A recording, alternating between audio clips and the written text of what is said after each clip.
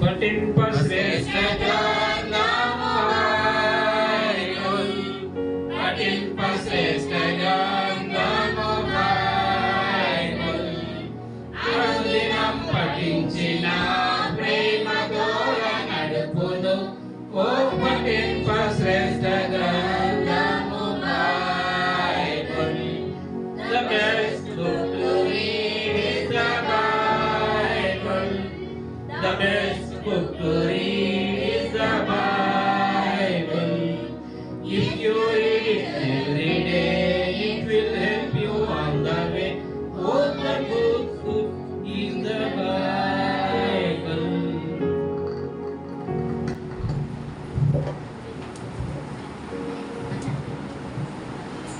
Share the namo.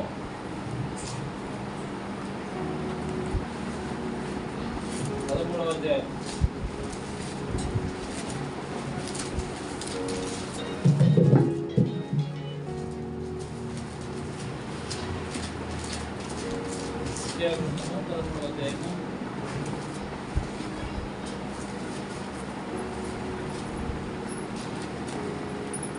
మొదటి 5 వచ్చిన మార్చి అనుకుందాం.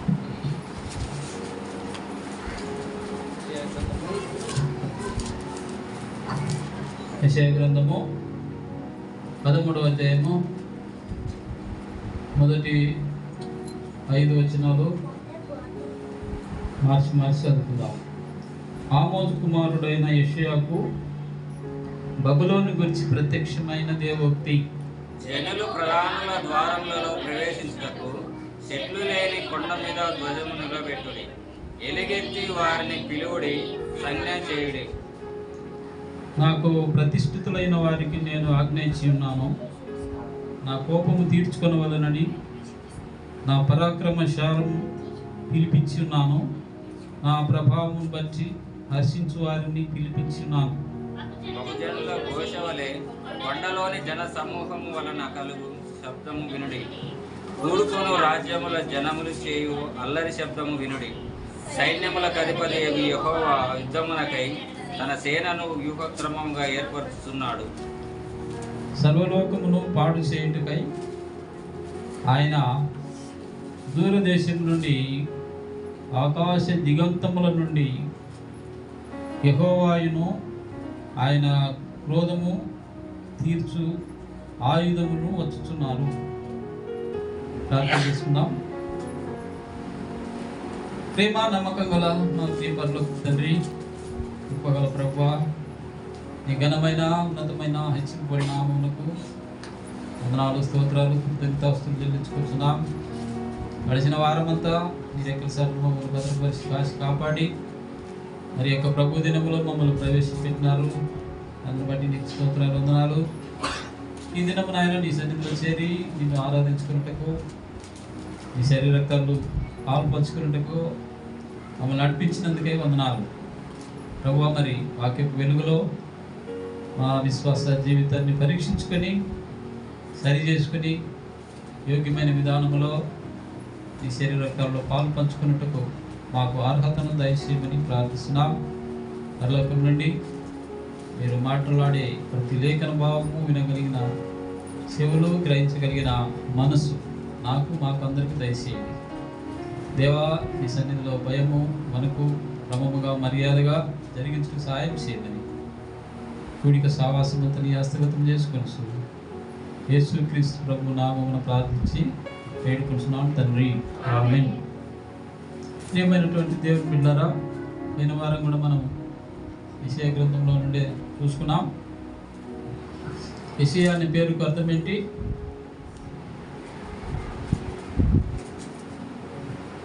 చెప్పండి, ఏంటి? యెహోవాయే రక్షణ. యావే ఈజ్ సాల్వేషన్. ఈ దినము ఈ ప్రవక్త అయినటువంటి యెషయా గారు బబులోను గురించి మాట్లాడుతున్నాడు, ప్రవచనం చెప్తున్నాడు, దేవోక్తి చెప్తున్నాడు. బబులోను అంటే అర్థం ఏమిటంటే గేట్ ఆఫ్ గాడ్. బబులోను అంటే గేట్ ఆఫ్ గాడ్, దేవుని ద్వారం. ఈరోజు దేవుని ద్వారం గురించి మనము తెలుసుకుందాం. ఇక్కడ ఏమంటున్నాడు అంటే జనుల ప్రధానుల ద్వారములలో ప్రవేశించుటకు చెట్లు లేని కొండ మీద ధ్వజము నిలువబెట్టుడి, ఎలుగెత్తి వారిని పిలువుడి, సంగిన విడుదల. బబులోనులో ఉన్నటువంటి వారికి విడుదల కలగాలి. ఎవరున్నారు బబులోనులో? చెరలో ఎవరున్నారు? బబులోను చెరలో ఎవరున్నారంటే ఇశ్రాయేలు ప్రజలు ఉన్నారు, యూదా ప్రజలు ఉన్నారు. పోయిన వారం అదే చూసుకున్నాం. వారిని దేవుడు అద్భుతంగా మరి చెరలో నుండి విడిపిస్తూ వచ్చాడు. అదేవిధంగా మరి ఇక్కడ మనం 5వ వచనం చూసినట్లయితే చూడండి, సర్వలోకమును పాడు చేయుటకై, సర్వలోకమును పాడు చేయుటకై ఆయన దూరదేశము నుండి, ఆకాశ దిగంతముల నుండి వచ్చుచున్నారు. అంటే ఏమంటున్నాడు ఇక్కడ? సర్వలోకం కూడా ఏమైపోతుందంట? పాడైపోతుంది. ఎందుకు పాడైపోతుంది? సర్వలోకం అంతా కూడా పాడైపోవడానికి గల కారణం ఏమిటి? కారణం ఏమిటి అంటే జనులంతా కూడా ప్రభువును తిరస్కరించినారు. ఇశ్రాయేలు ప్రజలు ఐగుప్తులో నుండి కనానుకు వచ్చిన పరిస్థితులలో చూసినట్లయితే దేవుడు వారిని నడిపిస్తూ వచ్చాడు. అరణ్యంలో 40 సంవత్సరములు వారిని నడిపిస్తూ కనాను దేశానికి తీసుకుని వచ్చినాడు. కనాను దేశం వచ్చిన తర్వాత అనేక మంది దేవునికి వ్యతిరేకంగా విగ్రహారాధన చేస్తూ వచ్చారు. దానిని బట్టి యెహోషువ వారిని హెచ్చరిస్తూ కూడా వచ్చాడు. ఏమని హెచ్చరించాడు? మీరు నది అద్దరిని ఏ దేవతలనైతే, ఏ విగ్రహములనైతే మీరు అనుసరిస్తూ వచ్చినారో వాటిని విడిచిపెట్టండి. ఇక విడిచిపెట్టండి. ఎందుకు ఇక విడిచిపెట్టమంటున్నాడు? ఇక్కడ ఎవరున్నారు? ఇశ్రాయేలు ప్రజలు 12 గోత్రముల వారికి కనాను దేశాన్ని పంచిపెట్టినప్పుడు అంటున్నాడు, మీరు ఇంకా ఆ అలవాట్లన్నీ మానుకోండి, విడిచిపెట్టండి అని చెప్తున్నాడు. చెప్తూ ఏమంటున్నాడంటే, మరి మీరు చేసింది కానీ నేనును నా ఇంటి వారును యెహోవానే సేవించదము అని చెప్తూ వచ్చాడు. అప్పుడు ప్రజలందరూ ఏమన్నారంటే, ఆయన మాట విన్నారు, మేము కూడా ఇక నుండి యెహోవానే సేవిస్తాం అని అనుకున్నారు. అందరూ కూడా చాలా మంచి నిర్ణయం తీసుకున్నారు, మరి అనుసరిస్తూ వస్తున్నారు. తర్వాత రాను మరలా మా వెనకటికే వెళ్ళిపోయారు. దానిని బట్టి మరి దేవుడు వారిని వారు దేవుడినే మర్చిపోయినటువంటి పరిస్థితులు ఉన్నాయి. అందును బట్టి దేవుడు వారిని ఏం చేసినాడంటే చెరలోనికి పంపుతూ వచ్చాడు. బబులోను చెరలో ఉంటున్నారు. ఇశ్రాయేలు ప్రజలు, యూదా ప్రజలు బబులోను చెరలో ఉంటున్నారు. మరి దానిని బట్టి ఇక్కడ ఏమంటున్నాడంటే, నేను సర్వలోకమును పాడు చేస్తాను. సర్వలోకమును పాడు చేస్తాను. ఎందుకు పాడు చేస్తున్నాడు? వారి యొక్క కార్యాలను బట్టి, వారు చేస్తున్నటువంటి ఆ యొక్క మరి దుష్క్రియలను బట్టి దేవుని కోపం వచ్చింది. ఆయన అందుకే ఏమంటున్నాడు? నేను సర్వలోకమును పాడు చేస్తాను.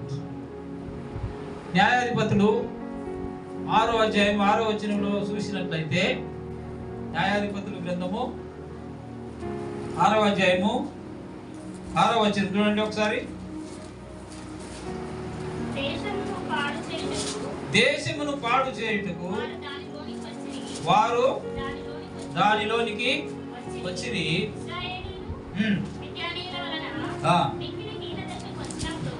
ఇక్కడ మనం చూసారా ఏం చేస్తున్నారు? దేశాన్ని పాడు చేస్తున్నారు. దాంట్లోనికి వచ్చేసారు. ఎవరు వారు? ఇశ్రాయేలీయులు మిద్యానీయుల వలన మిక్కిలి హీన దశకు వచ్చారు.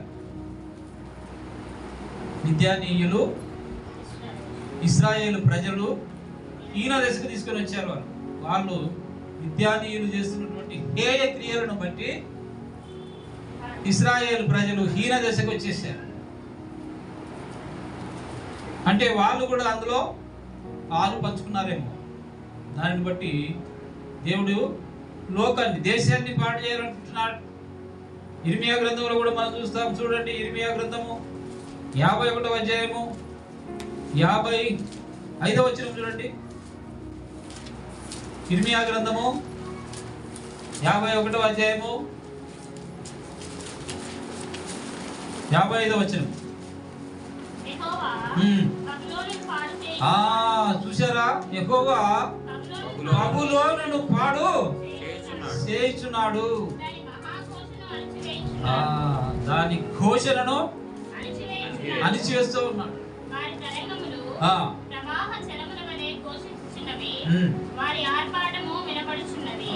చూసినారా ప్రియులారా? యెహోవా ఏం చేస్తున్నాడట? బబులోనును పాడు చేయబోతున్నాడు. ఈరోజు మనం బబులోను గురించి చదువుకుంటున్నాం కనుక దేవుడు చెప్తున్నాడు, యెహోవా బబులోనును పాడు చేస్తా ఉన్నాడు. బబులోనులో దేవునికి విరోధముగా ప్రజలందరూ కూడా తిరిగినారు. దానిని బట్టి దేవునికి కోపం వచ్చింది. అందుకే దేవుడు ఏమంటున్నాడు? సర్వలోకమును పాడు చేస్తా అంటున్నాడు. ఒకసారి 6వ వచనం చూడండి. యెషయా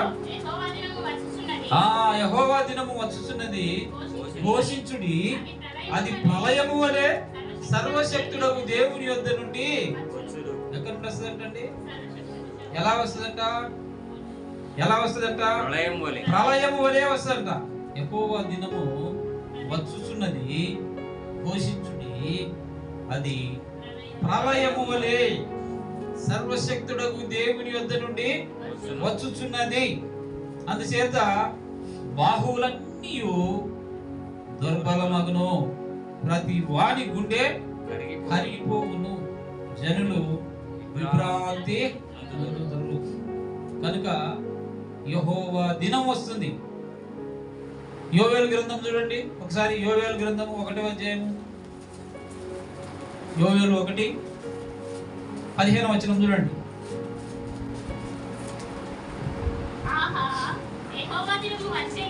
యెహోవా దినము వచ్చెనే, అది ఎంత భయంకరమైన దినము! ప్రళయము వలెనే.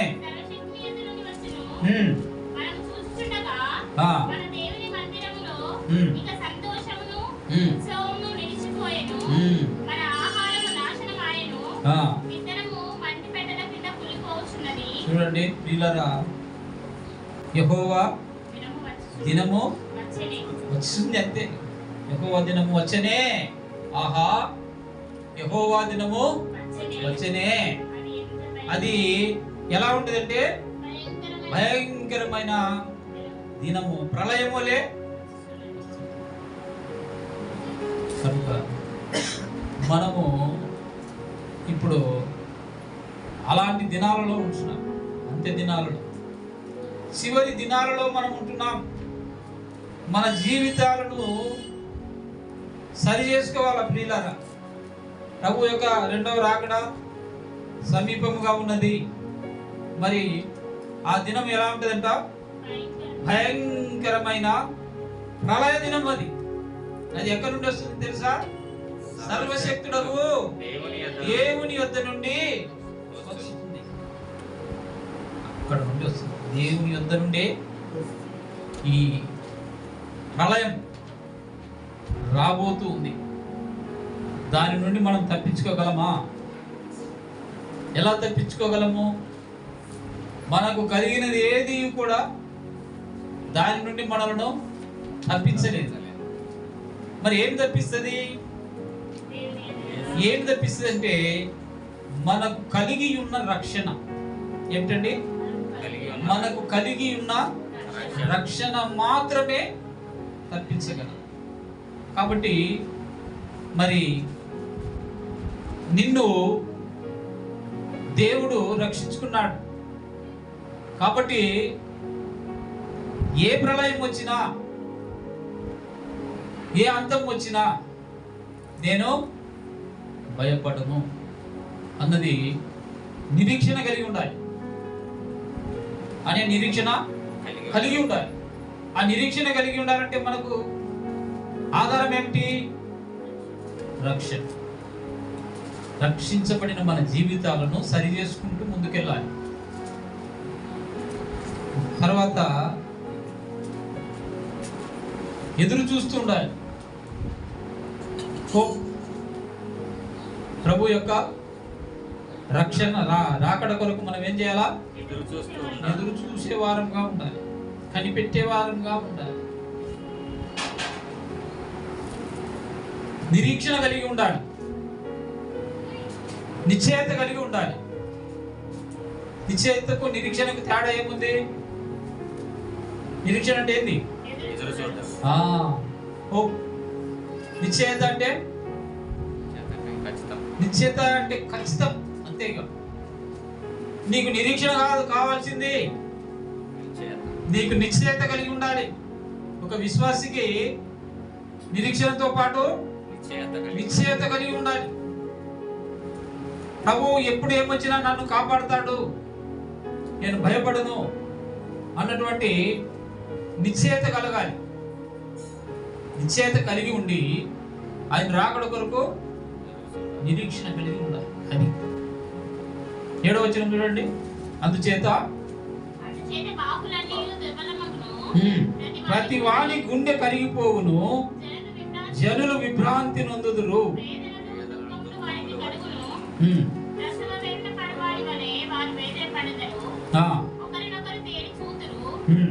వారి ముఖములు చూసారా? వేదనలు. ఆయన రాకడకు ముందు ఏం జరుగుతాయంటే వేదనలు జరుగుతాయట. ఇర్మియా గ్రంథం 50వ అధ్యాయం చూడండి. ఇర్మియా 50:43 వచనం చూడండి. 50వ అధ్యాయము 43వ వచనం చూడండి. ఏమైపోయినాడండి? దుర్బలుడు అంటే బలం లేని వాడైపోయినాడు.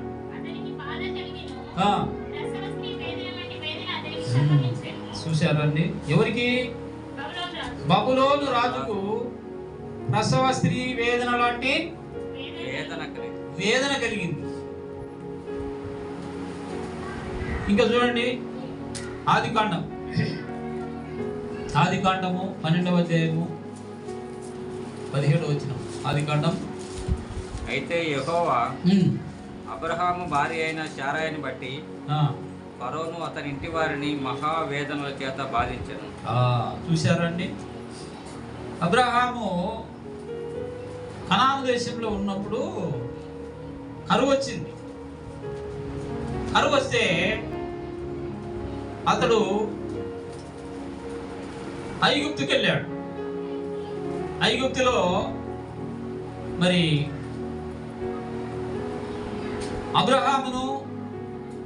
అబ్రహాము భార్యను చూసినప్పుడు ఆమె అందమును రాజు దగ్గర వారు వర్ణిస్తూ చెప్తూ వచ్చారు.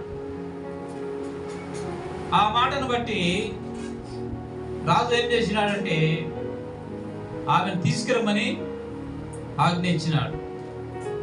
అయితే ఆ రాత్రిలోనే దేవుడు ఫరోతో మాట్లాడుతూ వచ్చాడు. చదవండి ఇప్పుడు. అయితే యెహోవా అబ్రహాము భార్య అయిన శారాయిని బట్టి ఫరోను అతని ఇంటి వారిని మహావేదనల చేత బాధించాడు. అది ఏమనుకున్నాడు ఫరో? ఆమెను పెళ్లి చేసుకోవాలి. రాజా మందిరానికి తీసుకురమ్మన్నాడు. అయితే దేవుడు ఏం చేసినాడు? వేదనలతో ఫరోను వారి ఇంటి వారందరినీ కూడా మహావేదనతో బాధించాడు. కనుక దేవుని ప్రజలకు విరోధముగా ఆలోచన చేసినందుకే దైవజనుడైనటువంటి అబ్రహాము గారి యొక్క వైఫ్ను కావాలని కోరుకోవడంలో దేవుడు అతని ఇంటి వారికి అతనికి వేదనతో కూడిన శిక్ష విధించాడు. కనుక ప్రియమైనటువంటి సహోదరి సహోదరులారా, దేవుని ప్రజలకు, దేవుని దాసులకు విరోధంగా మాట్లాడకూడదు. మాట్లాడితే ఏమవుతుంది తెలుసా? ఒకసారి మోసే కూషు దేశపు స్త్రీని వివాహం చేసుకున్నాడు. వివాహం చేసుకున్న తరువాత మోసే అక్క అయినటువంటి మిరియాము, అన్నయ్య అయినటువంటి అహరోన్లు మోసేకు విరోధముగా మాట్లాడారు. మాట్లాడినందుకు మరి దేవుడు ఏం చేసినా అంటే ముగ్గురిని దేవుని సన్నిధికి రమ్మన్నాడు. ముగ్గురు ఎవరి? మోసేను, అహరోనును, మిరియామును. ఆ దాన్ని బట్టి దేవుడు మిరియాముకు కుష్ఠవ్యాధి కలుగజేసినాడు. ఆమెకి ఎక్కడ వచ్చింది? నొసట కుష్ఠం వచ్చింది. చూసారా? దేవుని సేవకులకు విరోధంగా మాట్లాడినట్లయితే ఏమొస్తుంది? దేవుని నుండి శాపం వస్తుంది. అది వ్యాధి కావచ్చు, బాధ కావచ్చు, లేక ఇంకా మరి ఏదైనా కావచ్చు. మరి దాని నుండి విడుదల ఎట్లా పొందాలి అంటే ఆ మోసే ద్వారానే మరలా ఆమెకు విడుదల కలిగింది. చూసారా?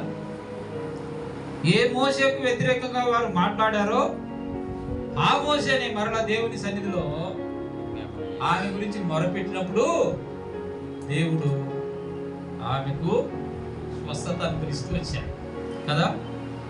కాబట్టి చూడండి, ఇర్మియా 50:43 చదివారా?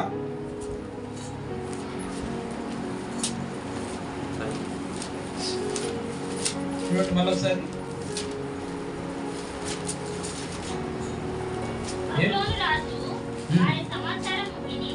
ఏమైందంట?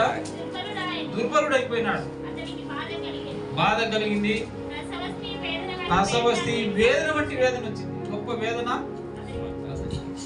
చూసారా? కాబట్టి దేవుని బిడ్డలారా, మరి మన జీవితాలు ఎలా ఉన్నాయనేది మనము పరీక్షించుకోవాలి. చూడండి, కీర్తనల గ్రంథంలో ఒక మాట ఉంటుంది చూడండి, 32వ అధ్యాయం 10వ వచనం. కీర్తనలు 32 అదే వచనం చూడండి.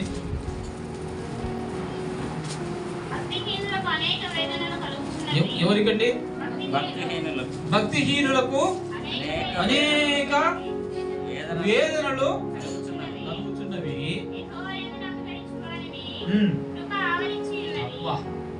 చూసారండి, దేవునిని మనం దేవుణ్ణి ఆశ్రయిస్తే మనకు కృప ఆవరిస్తుంది. భక్తిహీనులుగా ఉంటే అనేక వేదనలు వస్తాయి. మన భక్తి అనేది దినదినము జారిపోతే, కృంగిపోతే ఏమవుతుంది? భక్తిహీనత అనేది వస్తుంది. మన భక్తి తక్కువైపోతున్నప్పుడు దాన్ని ఏమంటారు? భక్తిహీనత అని అంటారు. ఆ భక్తిహీనత వస్తే అనేక వేదనలు వస్తాయి. ఆ వేదనను మళ్ళా ఎవరు విడిపించాలి? దేవుడు. కాబట్టి మన భక్తి అనేది దినదినము పెరగాలి, అభివృద్ధి చెందాలి. విశ్వాసము అనేది దినదినము అభివృద్ధి చెందాలి, కానీ అది జారిపోయిందంటే వేదనలు వస్తాయి.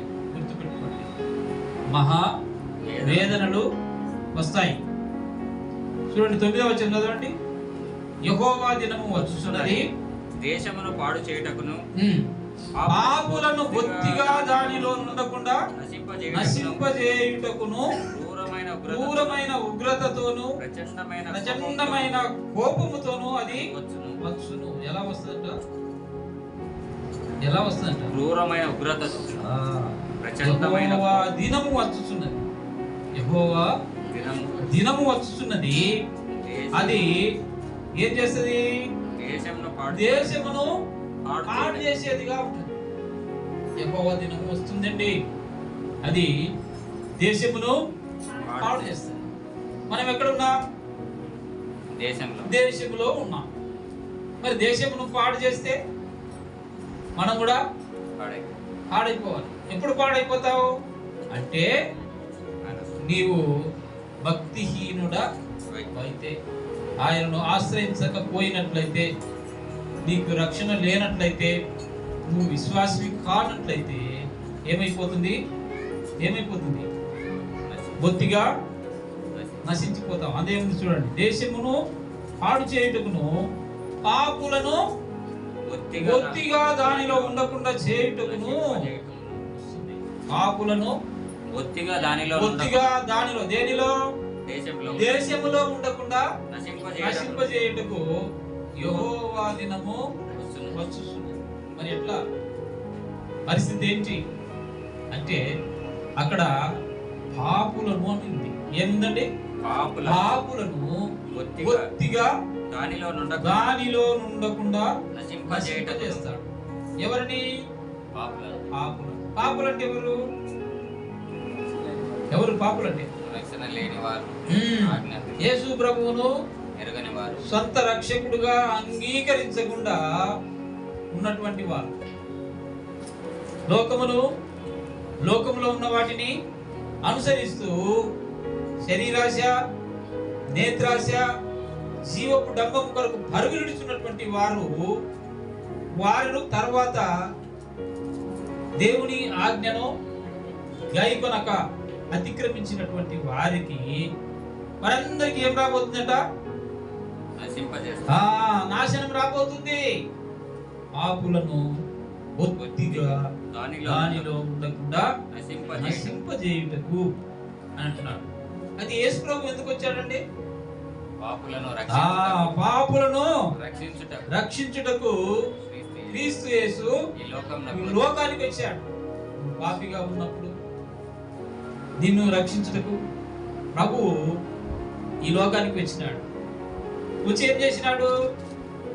ఈ లోకానికి వచ్చి కలువరి శిలువలో తను తాను బలిగా ఎంచుకున్నాడు.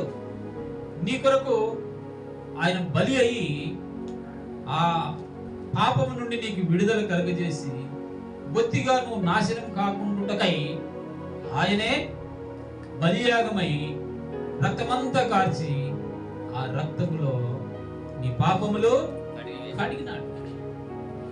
ఇప్పుడు నువ్వు పాపివి కాదు, ఇక నువ్వు పరిశుద్ధుడుగా ఉండాలి. అందుకే దేవుడు అంటాడు, నేను పరిశుద్ధుడను కనుక మీరును పరిశుద్ధులై ఉండుడి. మీరు ప్రభు అయిన యేసుక్రీస్తు రక్తం చేత కడగబడ్డారు కనుక మీరు పరిశుద్ధులుగా ఉండాలి. పరిశుద్ధులుగా ఉంటే మీకు బొత్తిగా నాశనం అనేది రాదు.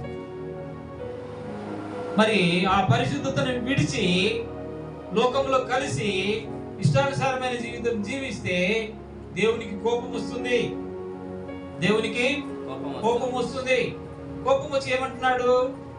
వారిని బొత్తుగా నాశనము చేయదు. జాగ్రత్త ప్రియులారా, మనము దేవుని రాకడ సమీపంగా ఉన్నాం.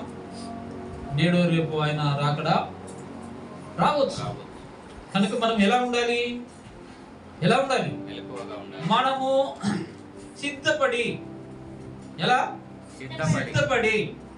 మెలకువగా ఉండి ఎదురు చూస్తూ ఉండాలి.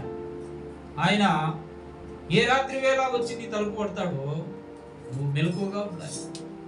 ఆయన వచ్చి నీ తలుపు కొట్టినప్పుడు నువ్వు మేలు కనకపోతే ఆయన ఏమవుతాడు? దాటిపోతాడు. దాటిపోతే అర్థం ఏంది?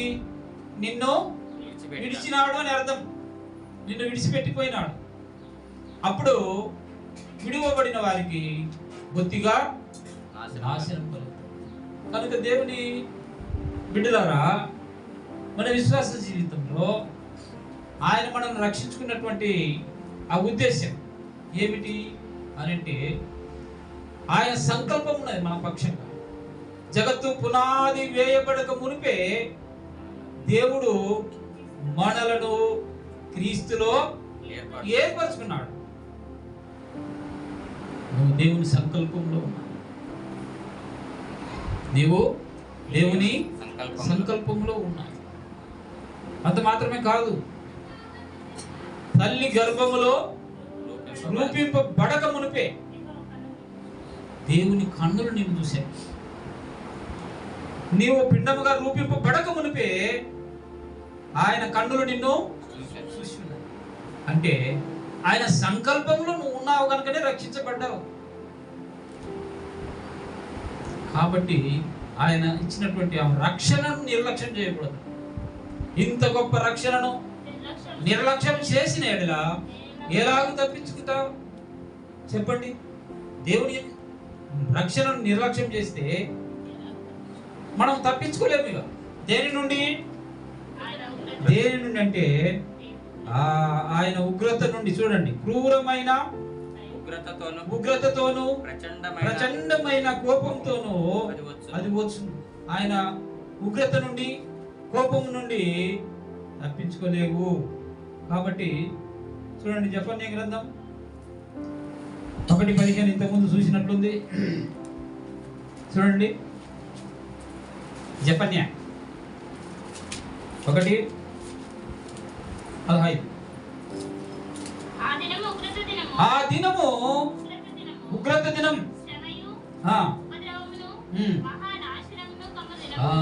ఏమిటంట? శ్రమ వస్తుంది. ఆ ఉగ్రత దినం ఎలా వస్తుందట?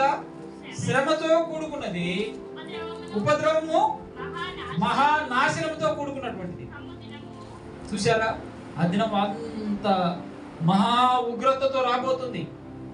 ఈ మాటలు వింటేనే మనకు భయం వస్తుంది, మన వెన్నులో వణకొస్తుంది.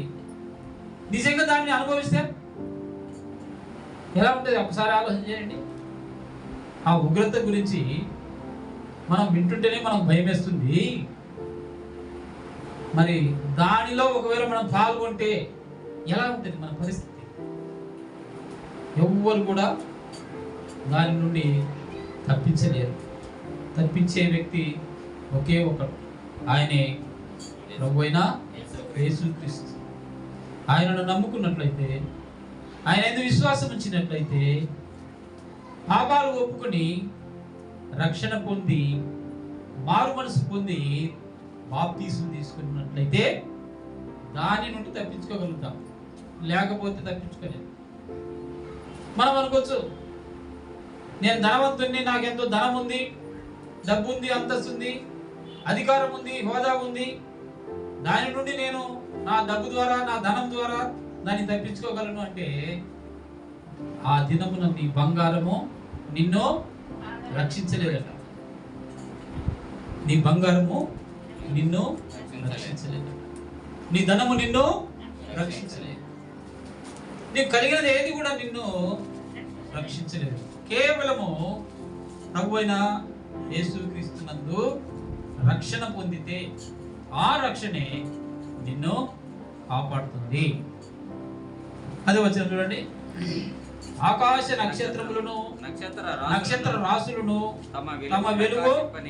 అబ్బా, నువ్వు ఎన్ని చేసినా, ఏమున్నా, ఏం లేకపోయినా కానీ ఈ నక్షత్రాలు ఆకాశం నుండి నీకు వచ్చేటటువంటి ఆ చీకటిని మనం వెలుగుగా ఏమున్నా కూడా. చూడండి, ఆకాశ నక్షత్రములను నక్షత్ర రాసులను తమ వెలుగు ప్రకాశింప నీయవు. ప్రకాశం రాదు. కిందికి రండి. ఉదయకాలమున సూర్యుని చీకటి కమ్మును, చంద్రుడు ప్రకాశింపడు. చూశారా? పగలు సూర్యుడు ఉండడు, చీకటి కమ్ముతాడంట పగలు. మరి రాత్రి చంద్రుడు ప్రకాశింపడు, పగలే చీకటి. రాత్రి ఎలా ఉంటుంది? ఆటోమేటిక్ గా చీకటిగానే ఉంటుంది. ఎప్పుడండి? ఆ దినమున. ఆ దినం అంటే ఆయన ఉగ్రత దినమున. ఆ ఉగ్రత దినమున ఎలా ఉంటుందంట? ఎలా ఉంటుంది? ఉదయకాలమున సూర్యుని చీకటి కమ్మును, చంద్రుడు ప్రకాశింపడు. చూశారా? చూడండి, మత్తయి సువార్త 24లో చూస్తాం మనం. చూడండి, మత్తయి సువార్త 24వ అధ్యాయము 29వ వచనం చూడండి.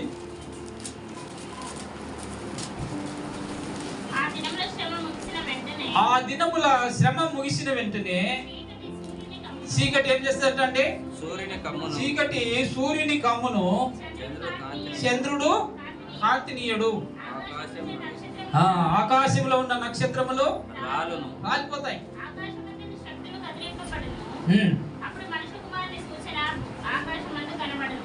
దేవుని యొక్క సూచన, ప్రభు యొక్క సూచన ఆకాశంలో కనిపిస్తుందంట.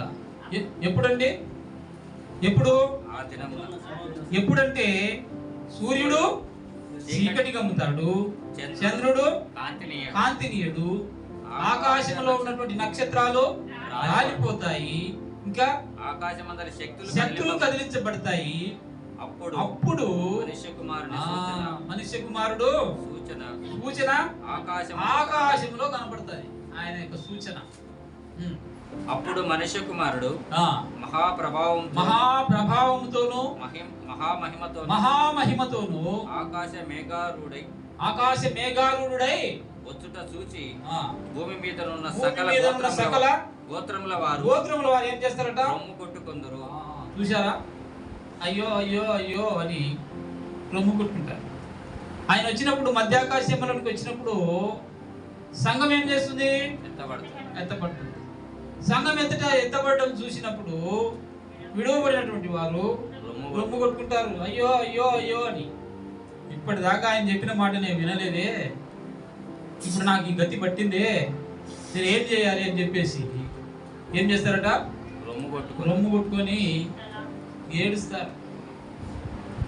ఎంత ఏడ్చినా లాభం ఉండదు కదా.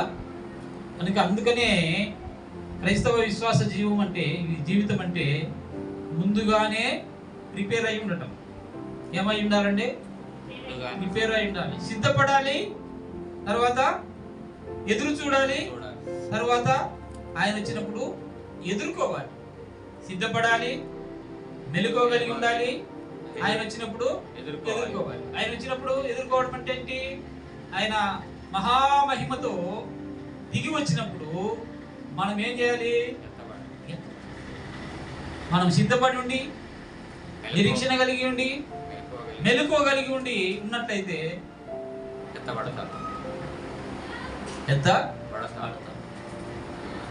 ఒకవేళ మనం చనిపోయిన తర్వాత ఆయన వస్తే మన పరిస్థితి ఏంటి? చాలా మందికి వచ్చే అనుమానం ఇదే. ఆయనతో కూడా ఏమిటంటే ఏముందిలేండి, ఇంత విశ్వాసం ఉండి మొన్న ఒక ఇద్దరు హెబ్రోన్లో చనిపోయారు, మంచి సాక్ష్యం కలిగినటువంటి వారు ఇద్దరు కూడా. మరి వారు రేపు వచ్చినప్పుడు, యేసుప్రభు వచ్చినప్పుడు ఏం చేస్తాడు? వాళ్ళని తీసుకొని వస్తాడు. నీ విశ్వాస జీవితంలో ఆయన రాక కన్నా ముందు చనిపోయినట్లయితే ఆయన నిన్ను తీసుకొని వస్తాడు భూమి మీద. లేదంటే నీ విశ్వాసం సరిగా లేదంటే విడిచిపెట్టబడతాడు కదా. నేను విశ్వాసం లేకుండా అవిశ్వాసంగా నేను చనిపోతే ఆయన నన్ను తీసుకురాడు. మరి ఎక్కడ ఉంచుతాడు? పాతాళంలో ఉంచుతాడు. శ్రమ అనుభవించాలి, వేదన అనుభవించాలి, అగ్నిలో కాలుతూ ఉండాలి. ఇవన్నీ మహాశ్రమలు. ఆ అగ్ని ఒకరోజు ఆరిపోయేది కాదు, ఆ పురుగు చచ్చేది కాదు.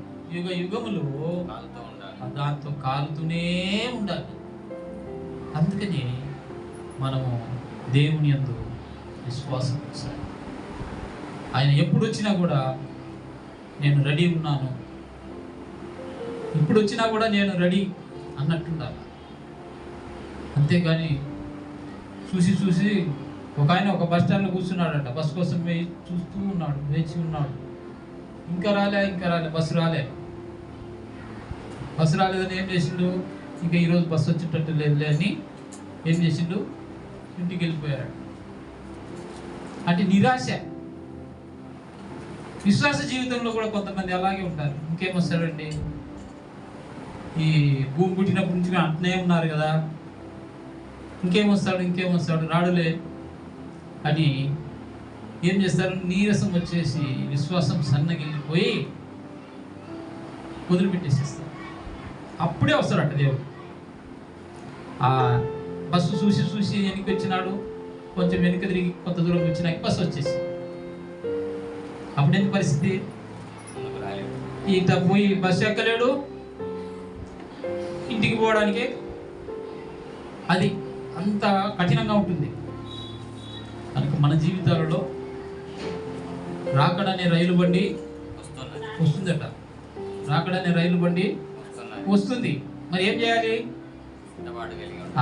మనం వెళ్ళి స్టేషన్లో ఉంటేనే మన ఇంటికి వస్తే రైలు బండి. మరి ఎక్కడ ఉండాలి, స్టేషన్లో ఉండాలి. ఆ బండి అక్కడ ఆగితే ఎక్కాలి,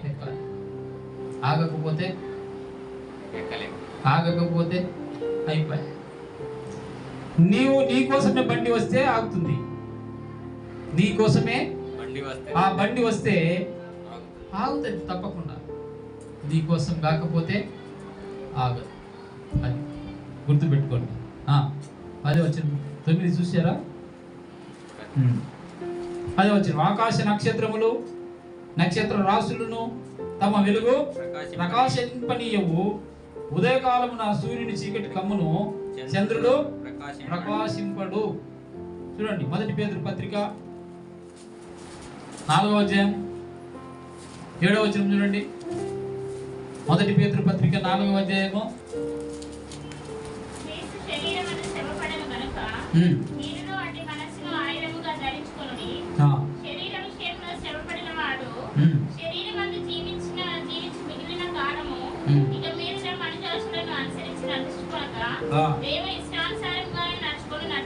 అది ఇక మన ఇష్టానుసారంగా మనము నడుచుకోకూడదు. మరి ఏం చేయాలా, దేవుని ఇష్టానుసారంగా నడుచుకోవాలండి. మన ఇష్టం కాదు. రైలు బండి మన చేతితో ఆగుతుందా? ఆగదు. నీ కోసం వచ్చిన రైలు అయితే నువ్వు చేయొద్దాల్సిన పని లేదు, ఏం లేదు, ఆగుతుంది కదా. కాబట్టి ఏం చేయాలంట, దేవుని చిత్తానుసారముగా నడుచుకోవాలండి. అది కిందికి రండి ఒకసారి. 11 వచనం. దుష్టుల దోషమును బట్టి నేను వారిని శిక్షించబోచున్నాను. దుష్టుల దోషమును బట్టి నేను వారిని శిక్షించబోచున్నాను. అహంకారుల అతిశయమును మాన్పించెదను, బలత్కారుల గర్వమును అణిసివేసేదను. అది ఏం చేస్తారట, దుష్టుల దోషమును బట్టి నేను వారిని శిక్షిస్తా. ఎవరి దోషం అండి, దుష్టుల దోషం బట్టి వారిని శిక్షిస్తా. ఇంకేం చేస్తా అంటున్నాడు, అహంకారుల అతిశయమును మాన్పించెదను. అహంకారం అంటే గర్వంతో, అహంకారముతో, అతిశయంతో ఉన్నటువంటి వారి ఆ అహంకారం, గర్వం, అతిశయం అన్ని కూడా ఏం చేస్తాడట, మాన్పించేస్తాడట. చూడండి, 1 పేతురు పత్రిక 5వ అధ్యాయం 5వ వచనం చూడండి. 1 పేతురు పత్రిక 5వ అధ్యాయం. మీరు పెద్దలకు లోబడియుండుడి. మీరందరూ ఎదుటివాని ఎడల దీన మనస్సు అను వస్త్రము ధరించుకొని మిమ్మల్ని అలంకరించుకొనుడి. దేవుడు అహంకారులను ఎదిరించి దీనులకు కృప అనుగ్రహిస్తాడు. ఒకవేళ నీ జీవితంలో అహంకారం వస్తే ఏం చేస్తాడంటే దేవుడు అహంకారాన్ని ఎదిరిస్తాడు. నువ్వు దీనుడిగా ఉన్నట్లయితే ఆయన కృప నీకు వస్తుంది. అహంకారిగా ఉన్నట్లయితే దేవుడు నిన్ను ఎదిరిస్తాడు. లేక మరి దీన మనసు కలిగినట్లయితే కృప అనుగ్రహిస్తాడు. దేవుడు నీకు కృపను అనుగ్రహించేవాడుగా ఉంటున్నాడు. యెషయా గ్రంథము 25:11 చూడండి. 25:11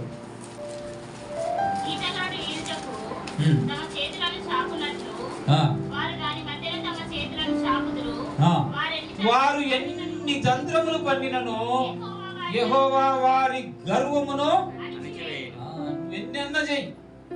ఏం చేస్తారట? గర్వస్తులు ఏం చేస్తారట? ఈతగాడు ఈదినట్లు వాళ్ళు తమ చేతులు చాపుకొని దాని మధ్య వాళ్ళు చేతులు చాపుకుంటారు. నువ్వు ఎన్నెన్న చెయ్యి, నువ్వు ఎన్నెన్న చెయ్యి. ఏమిటంట? వారు ఎన్ని తంత్రములు పన్నినను వారి గర్వమును అణిసివేయును. అది నేను తప్పించుకోగలను, నా చేతులు ఉన్నాయి, నా కాళ్ళు ఉన్నాయి, నేను ఈత కాని వల్ల ఈదుతాను, తప్పించుకోగలను అని అనుకున్నట్లయితే దేవుడు ఏం చేస్తాడట? వారి తంత్రములను బట్టి, వారి గర్వమును బట్టి ఏం చేస్తాడట? అణచివేస్తాడు. నీ తంత్రం పని చేయదు, నీ పని చేయదు. కాబట్టి గర్విష్ఠులను ఆయన అణచివేస్తాడు. దీనులకు కృప అనుగ్రహించే దేవుడు. దీన మనస్సు కలిగి మనం ఆయన సన్నిధిలో ఉండాలి. ఎలా ఉండాలా? దీన మనస్సు కలిగి. అందుకే యేసు ప్రభువు అంటాడు, నేను దీన మనస్కుడను, నేను సాత్వికుడను, నా యొద్ద నేర్చుకున్నాను. నేను సాత్వికుడను, దీన మనస్సు గలవాడును, నా యొద్ద నేర్చుకో. అది ఆయన యొద్దనే నువ్వు నేర్చుకోగలవు. ఏం నేర్చుకోగలవు? సాత్వికము, దీన మనసు ఆయన యొద్దనే నేర్చుకోగలవు. లేకపోతే నేర్చుకోలేవు. నాకు చేతులు ఉన్నాయి, ఈతగాళ్ళ వలె నీ చేతులోపి నేను తప్పించుకోగలను అనుకుంటే అది కేవలము మూర్ఖత్వం అయిపోతుంది. ఇంకేమంటున్నాడండి? అహంకారుల అతిశయమును మార్పించేదను, బలత్కారుల గర్వమును అణిసివేసేదను. కీర్తన 31 చూడండి, 23 వచ్చింది చూడండి.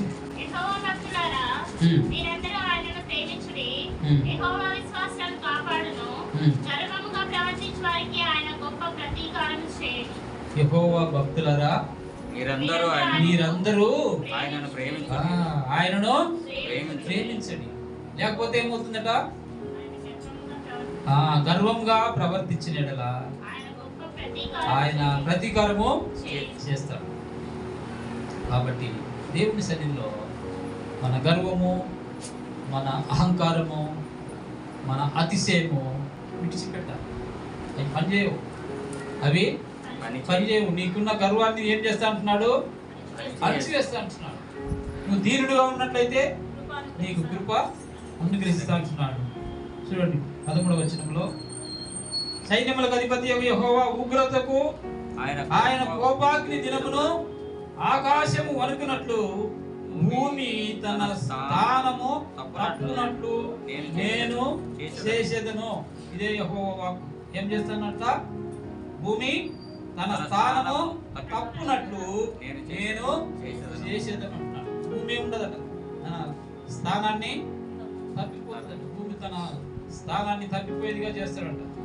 మరి మన పరిస్థితి రోమీయులకు రాసిన పత్రిక 5వ అధ్యాయము 9వ వచనంలో మనం చూస్తే, మరి ఆయన రక్తములో కడగబడాలి. కాబట్టి ఆయన రక్తం వలన మనము నీతిమంతులముగా తీర్చబడతాము. ఉగ్రత నుండి తప్పించుకుంటాం. దేన్ని బట్టి? ఆయన రక్తము వలన కడగబడితే నీతిమంతులముగా తీర్చబడతాం. అయితే ఆ ఉగ్రతతో నుండి మనం ఏం చేస్తామో, దేవుని ఉగ్రత రాబోతుంది. రాబోయే ఉగ్రత నుండి మనం ఏం చేస్తాము? తప్పించబడతాం. దేని ద్వారా అండి? ఆయన రక్తం వలన, ఆయన రక్తం వలన కడగబడితే నీతిమంతులుగా తీర్చబడితే తీర్చబడతాం. అప్పుడు ఆయన ఉగ్రత నుండి మనము రక్షించబడతాము. అది కనుక మరి టైం అయింది కాబట్టి మరి ఇంతటితో ముగిస్తాను. ముందుకెళ్తే మళ్ళా డిలే అవుతుంది కదా. ఏమేమి నేర్చుకున్నారు? ఆయన సర్వలోకమును పాడు చేయుటకై ఆయన దూరదేశం నుండి ఆకాశ దిగంతముల నుండి యెహోవాను ఆయన క్రోధము తీర్చు ఆయుధములో వస్తున్నారు. సర్వలోకము ఏమైపోతుందంట? నాశనం అయిపోతుంది. కాబట్టి నాశనమయ్యే లోకంలో మనం ఉండకూడదు. నాశనమయ్యే లోకంలో మనం ఉండకూడదు అంటే అర్థమైంది? ఆ లోకంలో నుండి మనము ఎత్తబడిన తర్వాత సర్వలోకము నాశనం అయిపోతుంది. అది తర్వాత ఇంకేముంది? యెహోవా దినము వచ్చుచున్నది, అది ప్రళయం వలె వస్తుంది. సర్వశక్తుడు అవు దేవుని యొద్ద నుండి అది వస్తుంది. ప్రతి వారి గుండె కరిగిపోతుంది. జనులు భ్రాంతి నొందెదరు. వేదనలు వస్తున్నాయి, దుఃఖాలు వారికి కలుగుతాయి. ప్రసవ వేదన కలుగుతుంది. కాబట్టి ఇవన్నీ కూడా పాపులను బొత్తిగా ఆయన ఏం చేస్తారట? నశింపజేస్తారట. కనుక మనము నశింపకుండా ప్రభువే మనలను రక్షించడానికి ఈ లోకానికి వచ్చినాడు. మనం రక్షించబడినటువంటి వారంగా వచ్చినాం. గర్వము, అహంకారము ఆయన అణిసివేస్తాడు. దీనులకు అనుగ్రహించే దేవుడుగా ఉంటున్నాడు. ఆయన ఉగ్రత దినమున మనము దాచి పెట్టబడినటువంటి వారంగా ఉంటున్నాం. కాబట్టి మరి ఆ విధంగా దేవుని సన్నిధిలో విశ్వాస జీవితం ఏ విధంగా ఉంది పరీక్షించుకోవాలి. రోజు రోజుకు మా విశ్వాస జీవితము అభివృద్ధి చెందాలి. కానీ అది దినదినము సన్నగిలిపోకూడదు. సన్నగిలిపోతే అవిశ్వాసం ఏర్పడుతుంది. అది చాలా మరి మన నష్టం కలుగజేసేదిగా ఉంటుంది. ప్రార్థన చేసుకుందాం. అందరూ కూడా మోకరించండి.